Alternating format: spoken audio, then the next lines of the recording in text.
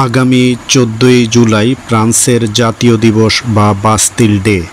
1789 সালে ফরাসি বিপ্লব স্মরণে প্রতি বছর এই দিবস পালন করে আসছে ফ্রান্স সরকার।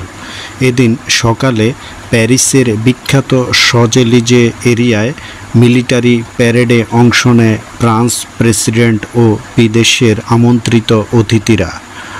উপরে উড়ে যায় ফরাসি ফাইটার জেট বিমান। ফ্রান্স পতাকার রং ছিটিয়ে তারা জানান দেয় ফরাসি জাতির সগৌরব ইতিহাস। বিভিন্ন স্থানে হয় কনসার্ট। রাতে প্যারিসের আইফেল টাওয়ারে হয় চমৎকার ফায়ারওয়ার্ক। দিনটি ফ্রান্সের সরকারি ছুটির দিন। তবে এবছর 26শে জুলাই থেকে প্যারিস অলিম্পিক গেমস শুরু হবে, তাই আইফেল টাওয়ার চত্বরে কাজ চলছে। এবছর আইফেল টাওয়ারের আতশবাজি ও আলোর বিচ্ছুরণের চমৎকার ইভেন্ট দূর থেকে উপভোগ করতে হবে জনগণকে। কাউকেই আইফেল টাওয়ার চত্বরের ভেতরে প্রবেশ করতে দেওয়া হবে না বলে জানিয়ে দিয়েছে ফ্রান্স স্বরাষ্ট্র মন্ত্রণালয়।